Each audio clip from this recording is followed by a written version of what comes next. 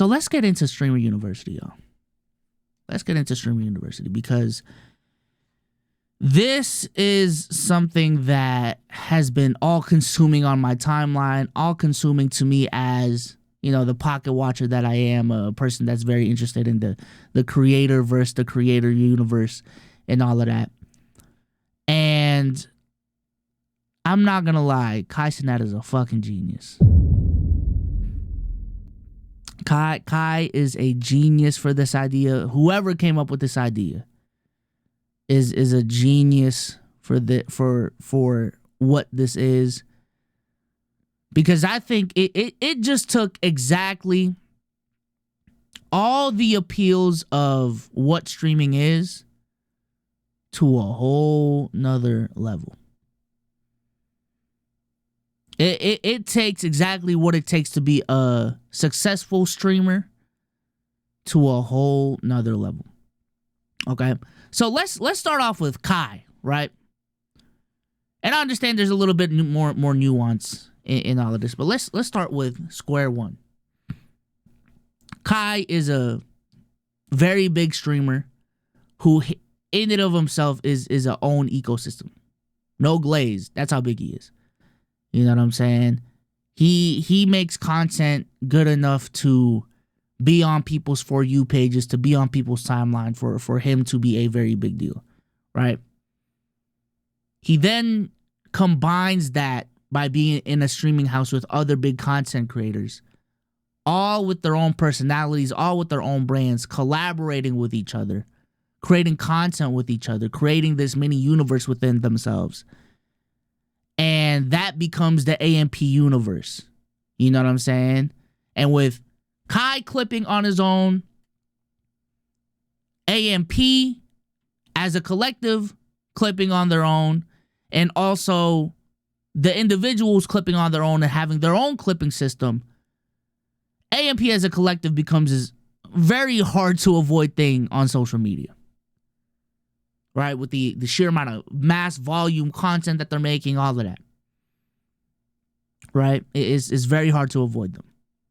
They're bringing guests to add people with existing follow, like all of that. They then expand out, well, Kai specifically then expands out to providing Ray, Tylil, Punga, Dez, Reggie, and Rakai a house. So that expands the whole universe even more. And for 3 days, what Kai did with Streamer University is expand that universe to as big as it can be. And this is the closest that I've ever seen a collective of people creating the exact same content. Not the exact same content, but y'all get what I'm saying here. Really taking over a platform. Really taking over a platform. And a bunch of people benefiting from it. The big streamers benefiting from it. The small streamers benefiting from it. You know what I'm saying? So let's look right now, because this isn't even peak hours. Right now, Streamer University is the third most watched category on Twitch. Full stop. Full stop. And I believe there's a couple other streamers. I don't know about a couple other, but I know Jamal is streaming on YouTube because, you know, yeah, that's Speed's brother. That's kind of natural right there. But within this, you got DDG who got 70K. Ray has 60K. And with the nature of everyone trying to catch up with where like the nucleus, the big events are happening, there's moments in the day where certain streamers just get like insane boosts because they're like the nucleus of the content for the day. It might go away momentarily, but that is still a boost that they just don't have access to in any other sort of capacity. So what do I mean by this? What do I mean by this? Let's say in the next hour, right? Brooklyn Frost has a moment where like the whole campus is around her. there's match, like Kai. It's been this thing where like people are even following just where Kai is. People find out, Kai's in Brooklyn stream. That becomes the nucleus of the attention, and then Brooklyn all of a sudden just gets 10,000 people watching her, right? Like that is insane. That is insane. That is the power of collaboration at this scale through live streaming specifically that you can't do with any form of medium. This is the power of live streaming. And Kai has made this project that fully takes advantage of that. Fully takes advantage of that. You know what I'm saying? I'll also say this. Because someone said it on TikTok, and I low-key agree. I am glad that Kai Cenat brought on big content creators to this project. Because this idea that Kai should have just brought on all small creators, it wouldn't have been what it is, and I don't think it would have been beneficial for all the streamers to be small streamers. Because, again, the appeal of this is to make this the biggest event possible, to make this the biggest ecosystem of content possible. And that is not possible without big content creators. Also, let's keep it a buck. Respect to the small content creators. But some of y'all are really showing exactly why you guys are small, at least right now. You know what I'm saying? Streaming University, while a lot of it is unserious, is a place for you to learn game about streaming, right? Is a place for you to see firsthand what the top streamers do, what their mindset is like. You know what I'm saying? And I think those big examples, those professors, and even the non-professors with big platforms, I think it is important for the small streamers to see examples of what successful content creators look like. Because I'm going to say this. One of the biggest brain blasts I've had in content, and I've said this multiple times already on different platforms, was the first time I went to Atlanta for a playback business trip. That was the first time I've ever gone out of town, out of city for content purposes. And I also got to see exactly how Legend of Winning, Low, and Agent Zero move about their life as full-time content creators. The lifestyles that they have because of content. Their mindset when it comes to thinking of ideas. You know what I'm saying? Their comfortability in front of the camera. How they... what's the attention to detail that they have to, capturing certain moments and all these different things. So I think it is important, very, very important, for there to be examples of what success looks like at Streamer University. And to be honest, that's just school. That's just school too, right? That's just what school is too. And I think Streamer University is achieving that. I think this is beautiful. This is beautiful right here. And I think this is one of those projects that I think it has the ability to change the meta of what... But before I get into that, I also think another beautiful part about this is, again, not only the platform takeover, but also the algorithmic takeover on other platforms, right? Like, I think Kai understands... And a lot of the big content creators in Streamer University understand that recommendation systems on TikTok and on YouTube, they recommend based off of previous things that you've watched, based off of things that interest you. So when you have this universe of just... This is literally a farm for content. This, like, I know content farm is a term that, like, you don't think literally. Now, literally think of this as a content farm of, like, a bunch of creators that are interconnected, right? And at this point, all you really need is, like, one person that you know in Streamer University You see a piece of their content at Streamer University, you're going to be suggested another piece of content from another person at Streamer University. Maybe you're a DDG fan. You see a TikTok of DDG at Streamer University. Next TikTok you see is of a small streamer from Streamer University who did a TikTok with DDG. Like, that happens all the time naturally, but they kind of artificially did this. And they also understand, you know, obviously the importance and the value of growing on other platforms as Twitch streamers.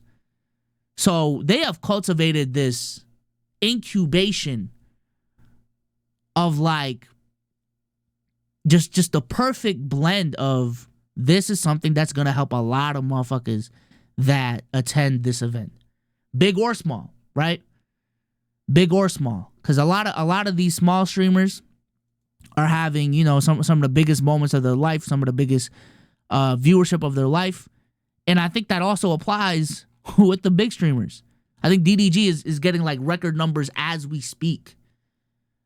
Like DDG has become the stream that people typically tune into when Kai isn't live, it seems like. You know what I'm saying?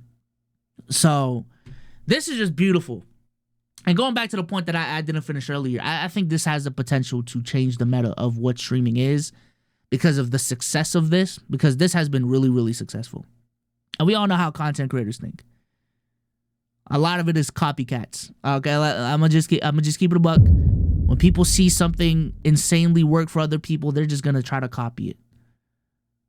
And copying is one of those things that shouldn't have a negative connotation, I guess, as much as it has.